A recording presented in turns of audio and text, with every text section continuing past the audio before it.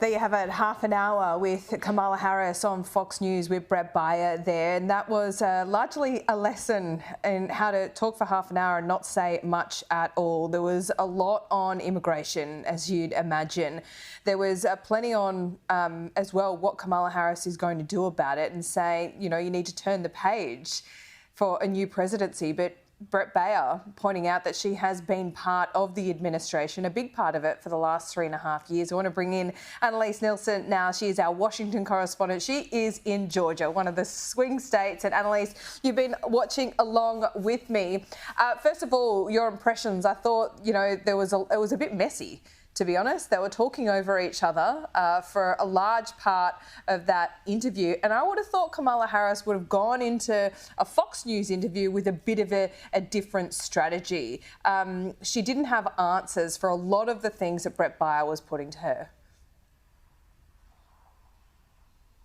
And look, this is really interesting because we're told this is the first time Kamala Harris has ever done an interview with Fox News. So just to bring that context in, this is the kind of thing that presidential candidates normally do in primaries, but she never contested primaries. She dropped out in 2020 before Iowa. And we've seen that they have had this strategy where she's not been doing traditional media, where they've done podcasts, they've avoided interviews. She still hasn't done a press conference. And so that's why there's so much pressure and focus on this interview. It's a rare opportunity.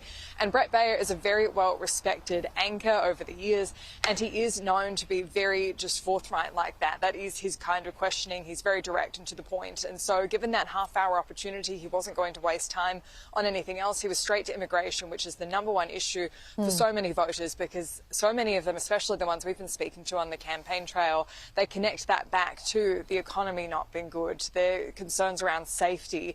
And even today, we were on a polling booth here in Georgia, and a woman raised immigration as her #1 issue, which even she seemed surprised by.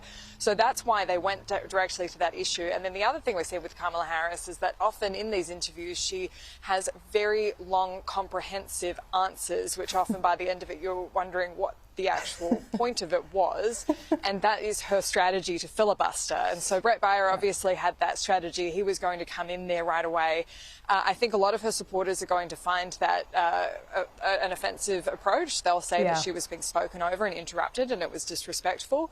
But a lot of people still a few weeks out from this election are telling us they haven't decided who they're voting for. They don't know who's better for them politically, personally, and they want specific answers. And so that's what I think he was going for.